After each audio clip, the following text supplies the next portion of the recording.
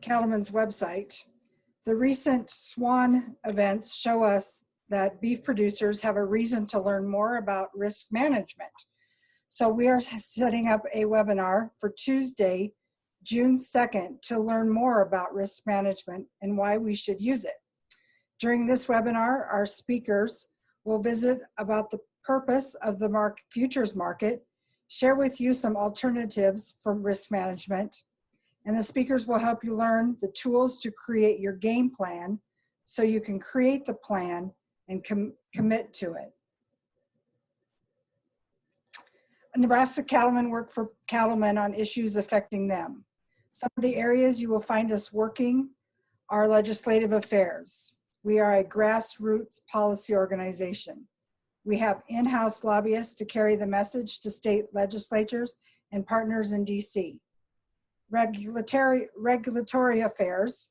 We monitor actions of agencies to ensure members are aware of regulations affecting them and assist our members in navigating those regulations. Producer ed programs. We want to ensure our members are updated on issues in a timely manner by hosting meetings and webinars.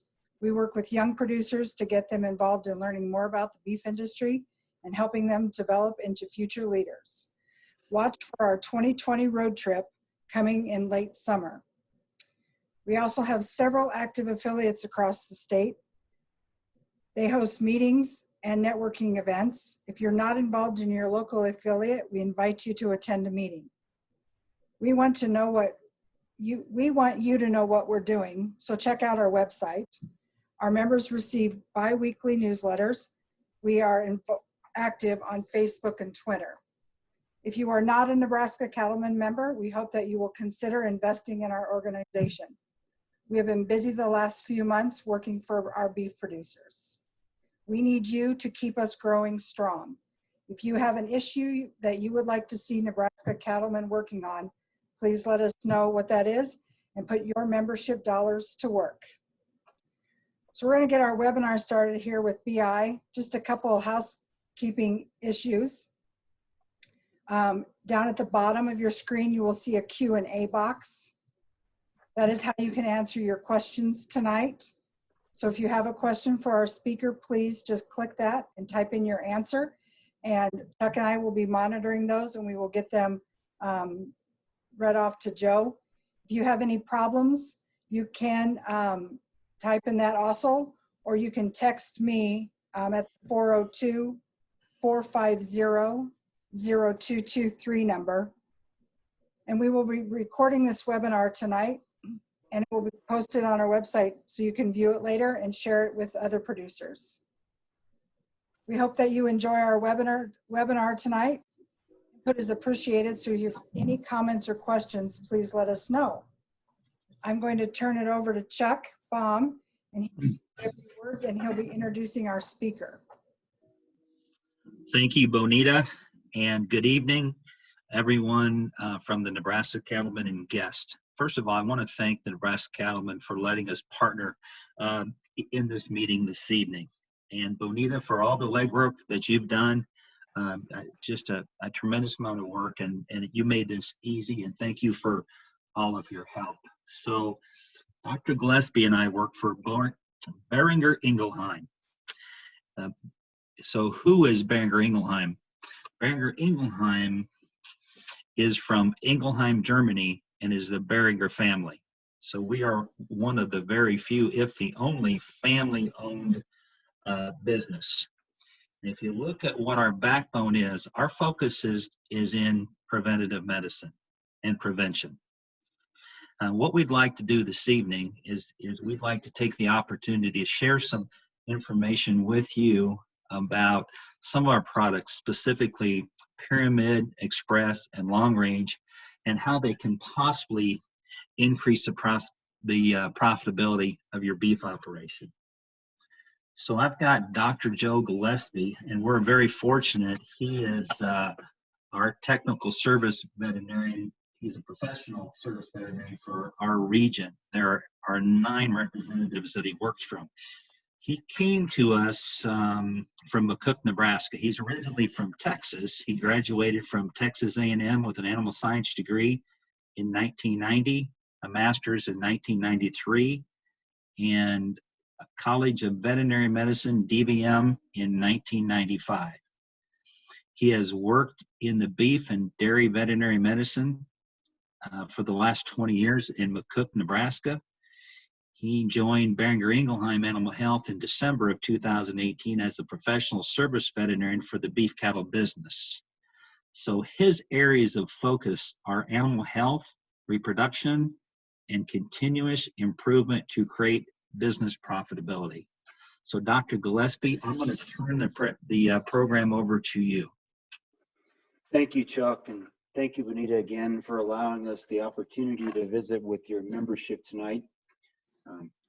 I am a member of the Nebraska Cattlemen's as well, so I appreciate the effort of the organization to provide information in these particular forums, but also continue to support our industry and what a vital one it is to the state of Nebraska and the high plains of the United States.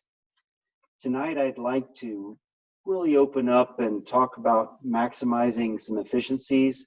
I want to look at some of the impact that spring vaccinations can have, and then also follow up with looking at strategic deworming and some of the efficiencies that we can create there, and frankly, some tools that maybe create some profitability.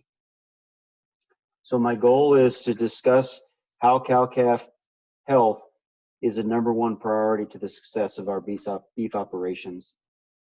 And frankly, if we look at where it all begins with that calf from the first day on. The impact that his health has on the end product are tremendous. It's so getting them off on the right foot, the right start, the right development is priority. And then we want to review how we can make some differences with those thoughts. So as we think about calf disease, the risk is still very high. They're the youngest, most vulnerable animal that we own, and they have the highest susceptibility to risk. And the largest percentage of risk that we have for those particular calves is with bovine respiratory disease. It's still the leading cause of deaths in calves greater than 3 weeks of age. And that's been consistent over the last 25 or 30 years that bovine respiratory disease is one of the major factors that plays in the health of calves as they get through that summer grazing period. Nursing calves have anywhere from a 3 to 24% risk of BRD, and that's about 10% on average between 60 and 120 days of age. And this is some research that was done at the Great Plains Educational Center or the Meat Animal Research Center in Clay Center, Nebraska. We looked at multiple generations of their herd and looking at a herd that's intensively managed and still see a pretty high incidence of respiratory disease. And that can create some death loss in those early weaned calves based on that respiratory disease. And then finally, parasite control has some economic impacts. Whether you have a parasite control program or not, there are economic impacts, and in some cases, they're estimated to be around $1 billion per year. And that's not just looking at the cow-calf, but it's looking at the whole industry as a whole, what the economic impacts of that parasitic burden can be. So we're going to cover 3 topics tonight. We're going to talk a little bit about calf immunology and some of the challenges that we may have and some of the impacts. We're going to then move over into bovine respiratory disease complex and look at some of the factors that could influence that and maybe some research that we can offer to show how different products may be influencers in that arena. And then finally, trying to evaluate the economics of strategic deworming and how, if we can do that correctly, we can make an impact for that calf. Calf immunology. The starting point for all calf immunology is colostrum. Everyone on this call has some understanding of the importance of good colostrum and good colostrum management. But what we really often don't look at is the impacts of poor colostrum and or poor colostral management. Again, University of Nebraska Great Plains Veterinary Educational Center has done a lot of work looking at inadequate passive immunity or colostrum and the impact they can have. It has almost a little over 5 times higher risk of death prior to weaning. Sick calves during the first 28 days of life, typically that's impacted by poor colostral immunity, whether it was lack of quantity or absorption or any of the factors that could be that. What I realized from a lot of this research is that economic pounds that impacts. If you take a calf that has some sort of disease event in the first 28 days of life, whether that be respiratory and or scours, they on average expect to see 35 pounds less at weaning.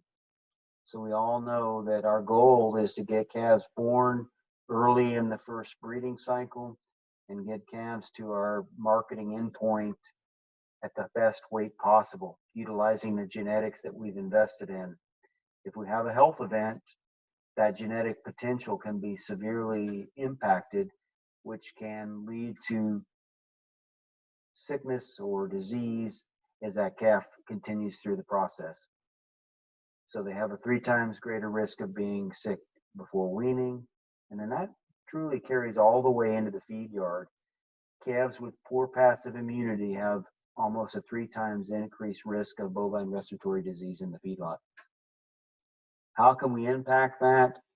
1 is good nutrition with our cow herd. 2 is good vaccination for our cow herd as we think about how that immunity is passed from that colostrum from the cow to the calf and those antibodies and the importance of them. And then 3, making sure that that calf is able to absorb that colostrum. And I bring that up specifically from the standpoint of the last couple of years in Nebraska, we've had some winter difficulties. And when calves are very extremely cold or calves are very extremely stressed, that absorption of that colostrum in the first few hours of life can be impacted.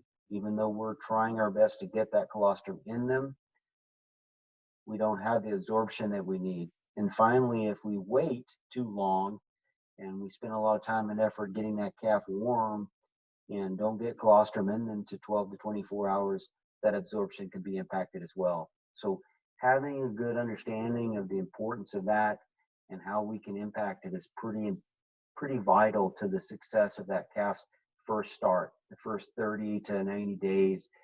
That those immunoglobulins or those proteins that are there from the colostrum help that calf be protected from any kind of disease that he's presented in the first part of his life.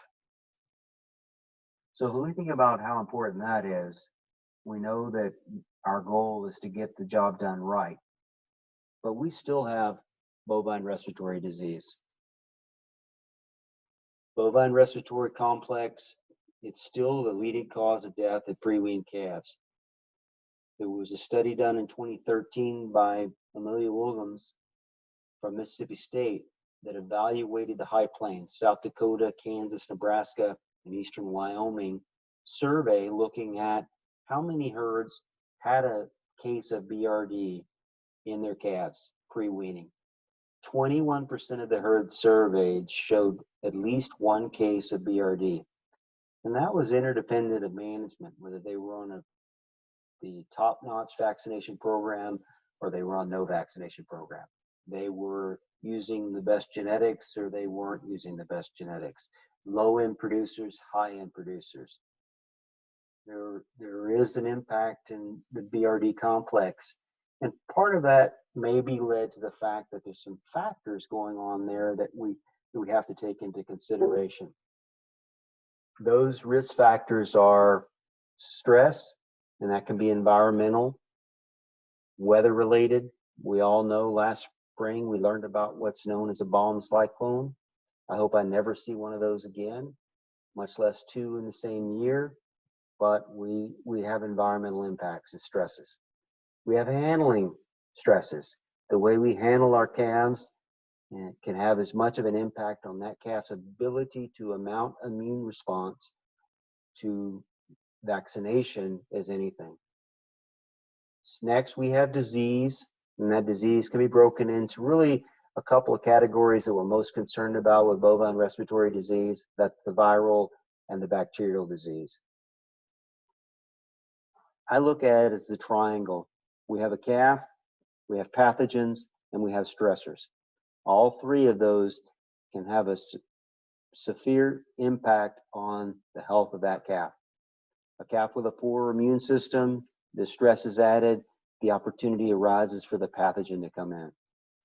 A calf that's unvaccinated receives a pathogen load and some stress, disease can happen.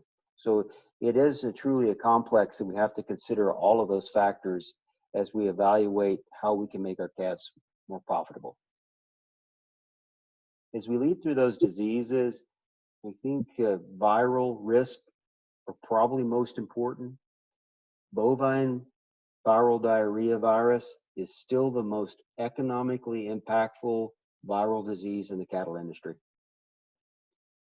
There are three particular types of that, and we're going to talk about that here in this next slide. And I think this is real important for us to just understand. There are three specific types of BVD virus, 1A, 1B, and 2A.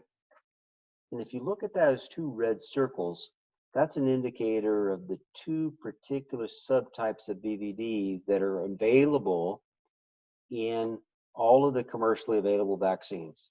Whether that's something that's produced by BI or another pharmaceutical company, doesn't matter.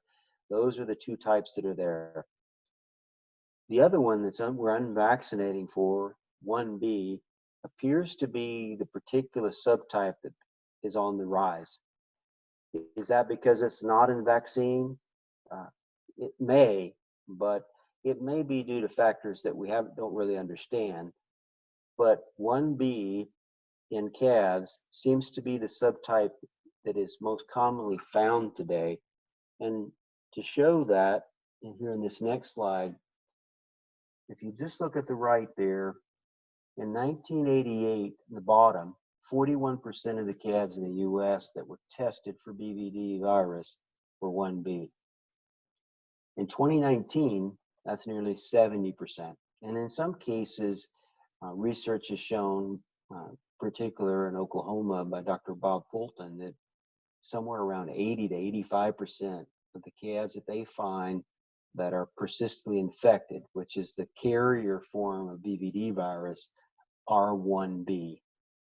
So what does that mean to you? We talked at the beginning a little about how calves have colostrum. We protect them with colostrum from vaccine with the cow. And then we expect those calves to be vaccinated, particularly this time of year, branding time, turnout time, with a vaccine to protect them against those diseases. What we've learned over the last 20 years is, in some cases, those vaccines do not work very well in the face of those colostral antibodies, that protection that they got from the cow. And I'm going to share a couple of quick studies tonight just to talk about that. One is a study that's a few years ago, it's about 10 or 15 years ago now, that we looked at BVD virus in calves that had high maternal antibody levels and were vaccinated with a modified live injectable vaccine. Could it work? And the results that we found with Pyramid is that it did in fact work. Part of that may be due to the fact that Pyramid has a proprietary adjuvant called Metastem that protects part of the vaccine as it's carried into the calf, and it's able to work in the face of those maternal antibodies and still get a deep memory. Our goal with vaccination of a calf at branding time is to give them a vaccine that in turn allows the body to be immunized or protected over the next 6 to 12 months, depending on the vaccine and the type. And in particular, when you have those colostrum antibodies, it's difficult sometimes for those calves to mount that immune response. In this particular study, calves that had no BVD antibodies at birth and were vaccinated with a sham or false vaccine, over 50% of those calves died. Calves that received colostrum-free antibodies and were vaccinated had no impact, and calves that received colostrum with antibodies to BVD developed only mild or no clinical signs of disease, so there was no sickness. So again, it shows that in this particular case, we have a vaccine that may, in fact, protect calves even in the face of those maternal antibodies. We want to make sure that we have maternal antibodies because that protects the calf from disease for the first 30 to 3 to 6 months, depending on the calf. But at some point, we want to vaccinate them and develop their own immunity. This is a way we can do that. Next, as we continue to look at those viral risks, what's the number one viral infection that we see in calves in Nebraska in the summertime? It's BRSV, or Bovine Respiratory Syncytial Virus. That particular virus typically has high morbidity or incidence of sickness, but fairly low mortality. What does happen with respiratory syncytial virus is it allows secondary bacterial infections to integrate into the calf and cause bovine respiratory disease. So again, BI as a company felt like that it was important to understand if our pyramid vaccine would work in the face of those same maternal antibodies as was seen in this particular study. We looked at trying to determine whether syncytial virus vaccinated calves that were in the face of the best case scenario, which is high maternal antibodies, could mount an immune response. What we did was we vaccinated calves at 30 days of age after they were given ample colostrum and ample passive transfer. We challenged those calves approximately 90 days after vaccination, so that's essentially 120 days of age towards the end of their period of grass. And then we observed those calves for 8 days post-challenge. What were our key take-homes? Our key take-home was that calves vaccinated in the face of maternal antibodies had a statistically significant advantage over unvaccinated calves. What does that mean to you as a producer? That means that even though the calf was given the best start possible, the best colostrum possible, the most antibodies possible to protect that calf for the first 3 to 6 months of his life, we vaccinated him in that early window. And when he was challenged after the maternal antibodies were gone, he still had the ability to protect himself. And in some cases, they actually were able to eliminate the BRSV virus from their lungs. And the second thing that came out of this study that was probably most important for us as a company and for you as a producer is one of the reasons that we worry about those interaction with maternal antibodies is because some injectable vaccines have not been able to mount a response. But what we discovered over the last 20 years was that intranasal vaccines that are available, they can mount what's called an IgA antibody response, a mucosal immunity that protects that calf for a short period during that transition. And Pyramid was able to show that same IgA antibody response that we see with the intranasals in an injectable. So frankly, it was a great opportunity to show that the bottom line, Pyramid 5 vaccine provided protection against BRSV in the face of maternal antibodies, while also activating both the mucosal and systemic immune systems. So there was the short-term mucosal response, and then the long-term deep cell-mediated immune response to the memory, if you will, for that calf to protect him all the way through the grazing period. Big key points to an important piece to help producers get a calf off to a good start. We got good colostrum in them.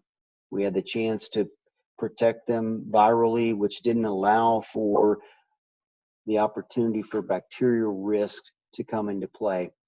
Here's a list of the bacterial risks that we see most commonly in our cattle, calves and older calves as well as younger calves: Mannheimia, Pastorella, Histophilus, Mycoplasma, and Lepto.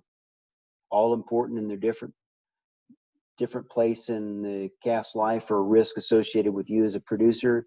But if you can protect them with a viral vaccine that doesn't allow the breakdown of the immune system, this might be a great chance for you as a producer to have a healthy calf get through the grazing period. What does that mean to you? Just like we talked about at the beginning, a BRD case can have the impact of 30 to 35 pounds per calf at the end. If we have 20% morbidity or 20% sickness, not only did we invest quite a bit of dollars in the treatment, but we lose those pounds on the backside. All an economic impact on your profitability at the end of the day. So investing in a vaccination program and investing in the tools that help us with that really allow for the opportunity for producers to be successful. I want to go ahead at this point, just for a quick break before we move into our final section of strategic deworming. Chuck, do we have any questions on our Q&A at this point? If not, we'll keep moving along.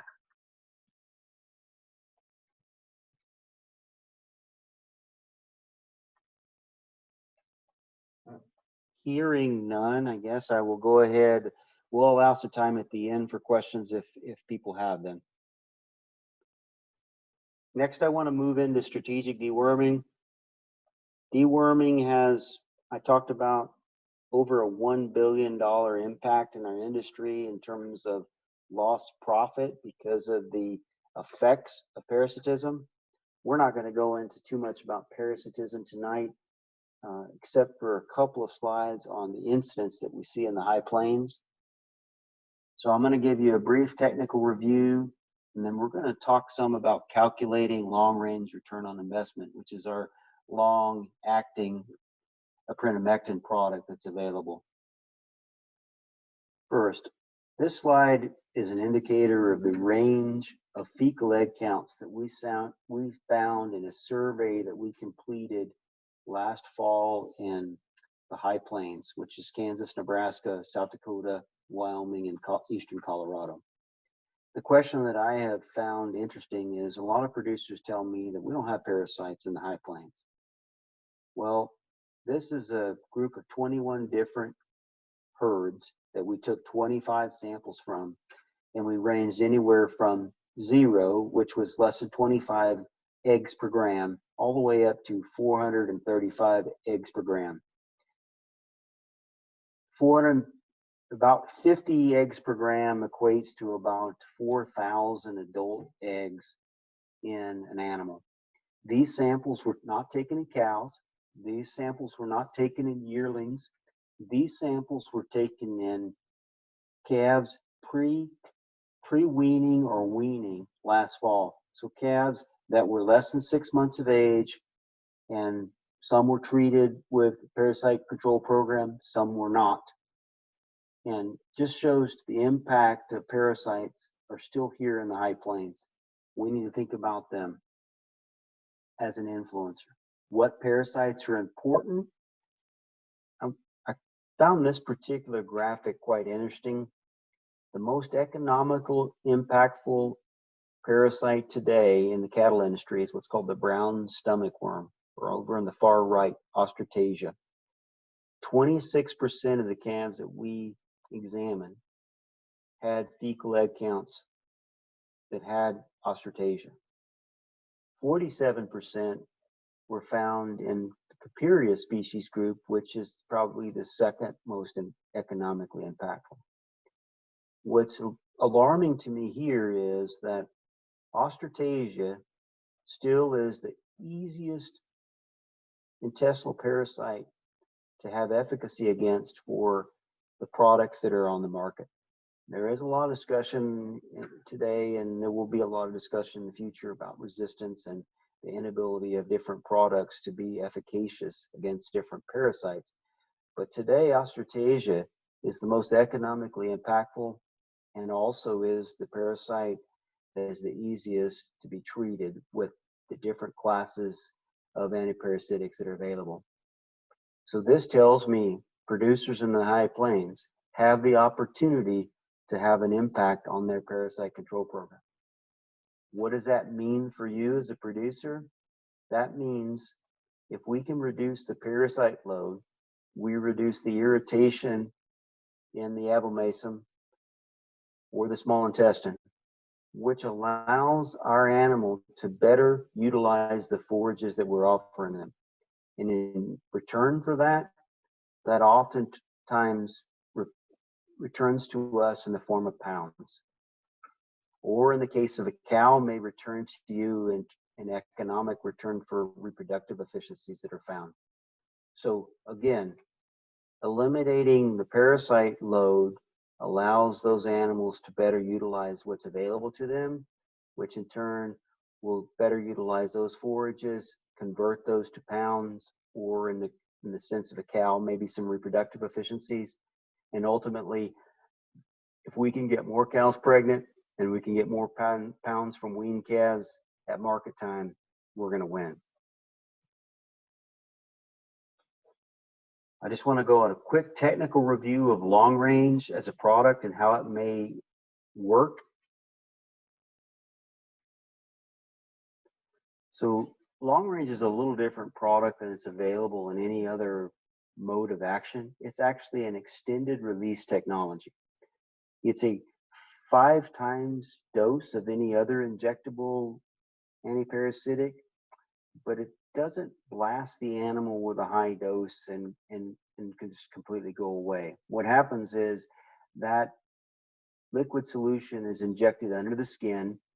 A small portion of that is released immediately, which we'll show in the next graphic. And then after that, technology called Theraphase allows that remaining aprenomectin to be captured and slowly extended release over the next 60 to 90 days to allow a second bolus of product at the end of the grazing period. And somewhere around 70 to 80 days, that second bolus, as the Theraphase breaks down, is completely released, allowing a second bolus of product to be extended. It looks much like this slide. You get a high peak dose at the beginning. You get a normal drop as the product is eliminated that was available. The product that was protected in the Theraphase is then released later on, 60 to 80 days, and then we get that second peak. 2 things are really important about this graphic. It's the beginning, the head, as they call it. We need a high dose of product to have activity against the parasites that we want to control. Second, we don't want to have a long tail where we have levels of product that is below the active ingredient needed to kill parasites, which with long range, we have a second release, but we don't have a long tail. We have the normal removal of product or breakdown of product in the body, just like it would be if we were giving it topically or in some other form. So we don't get that long tail that allows for the buildup of resistance.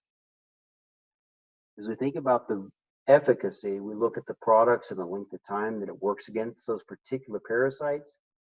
The brown stomach worm, again, is our most economically impactful, 120 days. Small intestine worm or the Copuria, 100 days. If we look at the light green and the gray areas, that's the indicators of the comparable injectable products on the market. Because they don't have an extended release technology, the duration of those products is shortened to the normal half-life of that particular active ingredient.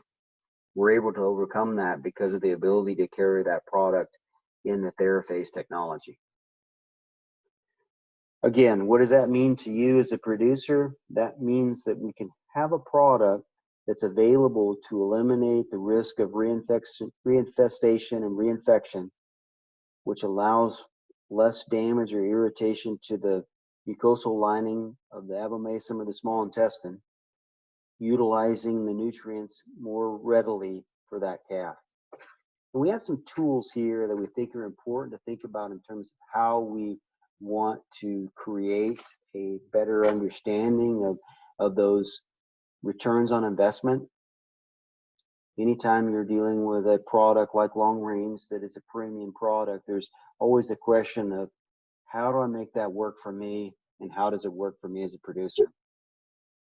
I've got a couple of examples of simple math here, napkin math, if you will.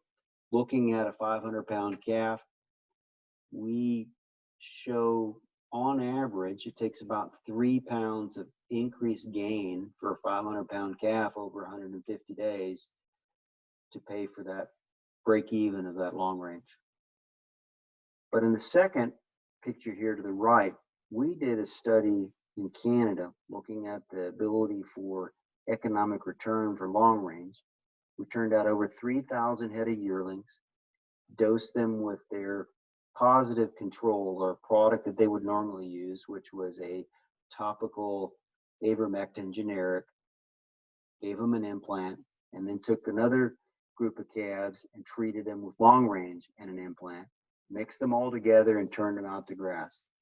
Over 150 days, we saw a 23-pound increase in weight, which equated to about a 0.15 average daily gain increase and $30 ROI to the producer.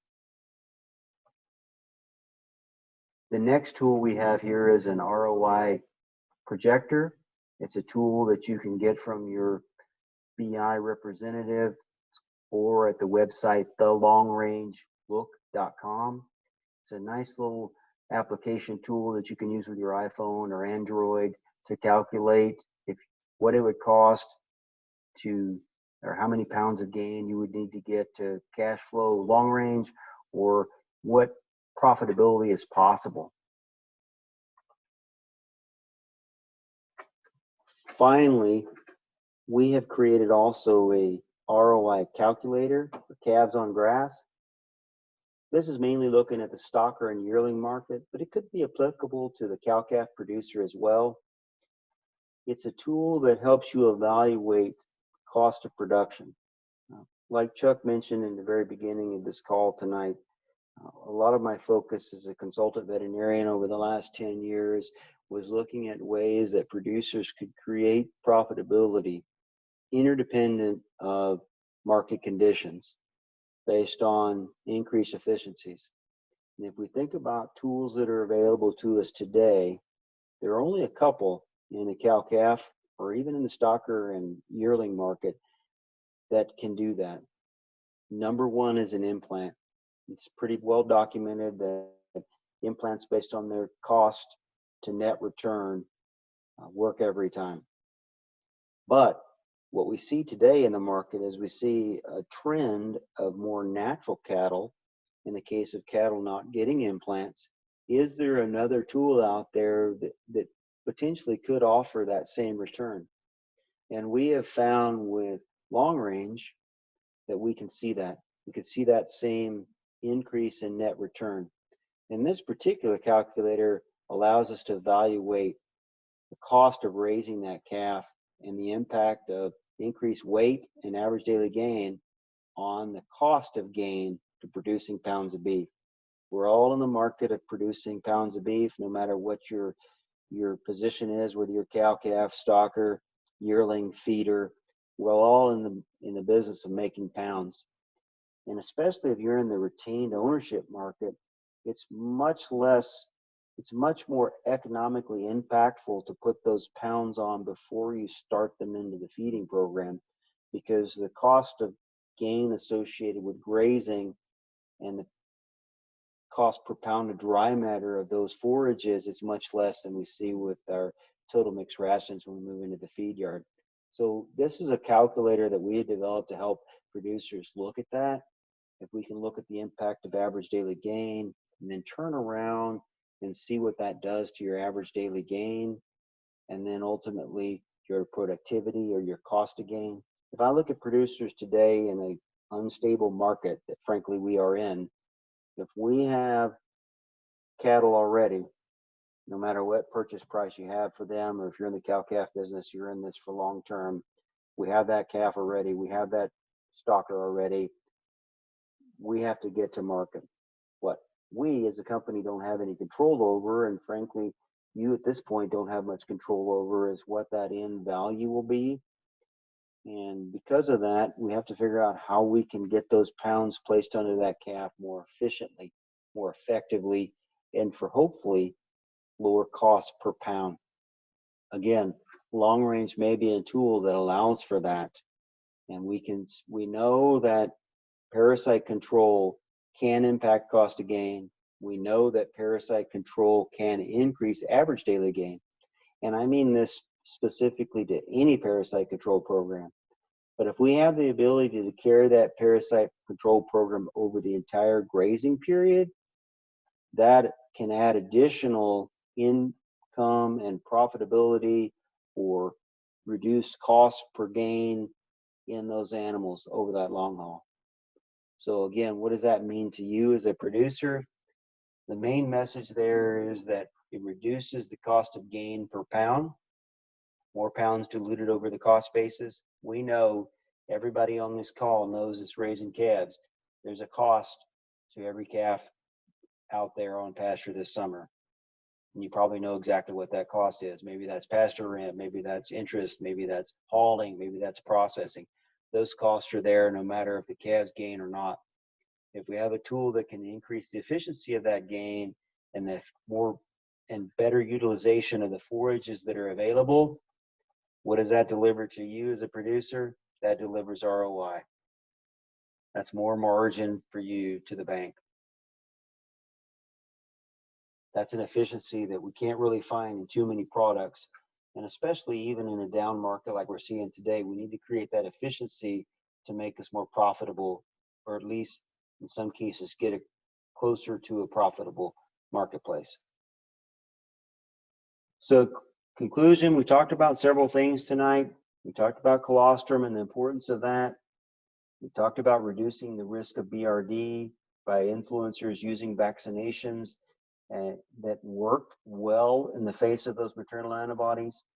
We need to choose, working with your veterinarian, we need to choose products that can work well in the face of a good colostral program to reduce the risk of bovine respiratory disease through that entire grazing period. Then we talked about strategic deworming and the economics of that, benefits to you. We showed you a vaccine in the face of pyramid that showed efficacy in the face of maternal antibodies. It's a nice tool because it's one dose and one product, combining the respiratory and viral, and in some cases even in combination with a bacterial component. And then finally, the value of deworming programs. Deworming programs do impact the bottom line for producers. If you're cutting costs, don't cut costs in your deworming program. Pick tools that are going to be most efficacious for you and create the best opportunity for return on investment. And even as I look at the current situation that we're in, I know a lot of people on this call, they're producers, they've already processed their calves, they've turned them out to grass, they're gonna carry them out through grass. There's a lot of unknowns out there on where we are in a market moving forward, even into the fall. As we get into the summer and we think about our options for the benefits of vaccination and the benefits of effectiveness of products to impact the health and the wellness of those calves, what about considering the preconditioning time, doing the same thing, utilizing tools like long range, utilizing tools like pyramid to make sure that calves are prepared for the weaning and the stresses that we talked about at the end. So I think this is a great time to take into consideration how maybe tools that are available out there can help you with those decisions. We talked about the cost of gain calculator. If you're considering running your calves a little longer on grass this year because of unknowns in the market, or maybe to get a few more pounds in those calves, maybe evaluating this summer your preconditioning program, which sets up your calf health, and maybe utilizing a tool like long range may create value. And we have the ability as a business to help you with those discussions and maybe offer some tools and insights that could be of value to you. So with that, I want to go ahead and open up for questions if we have any questions, and then see if we can get those questions answered for anyone. So if you have a question, you could type it into the Q&A in the bottom, and we will be glad to offer insight. And again, Vanetta, thank you for the opportunity to have some discussion about calf health and some of the factors that we can influence, and maybe some tools to think about in terms of our ability to create profitability for our producers.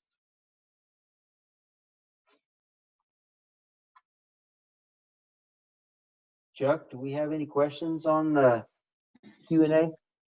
I do not see any, Dr. There's one. Gillespie. No, there's one just popped up. Oh, Just a second. Can you use an oral and an injectable at the same time? Or can you use an injectable and then oral? Or can you use injectable and then oral? Is that better? This is deworming.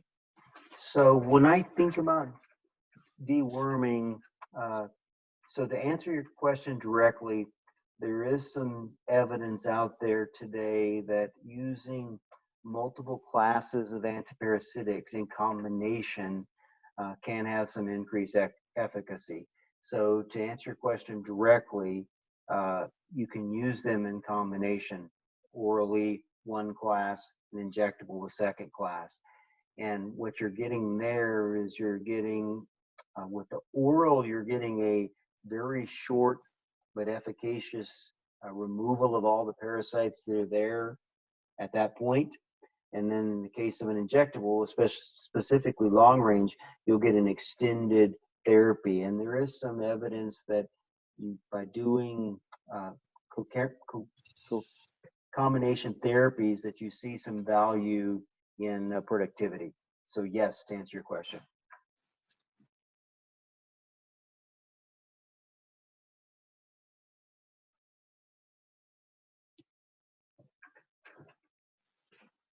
Looks like if we don't have any other questions, I know everyone is on a busy schedule. We don't want to take anybody's time away from their family, and we just appreciate the opportunity to visit with you guys tonight.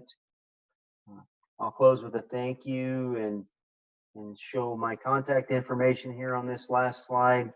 If any way myself as the professional services veterinarian in Nebraska, or Chuck Baum, or any other of our territory managers in the state of Nebraska can be of assistance to you as producers, please do not hesitate to reach out.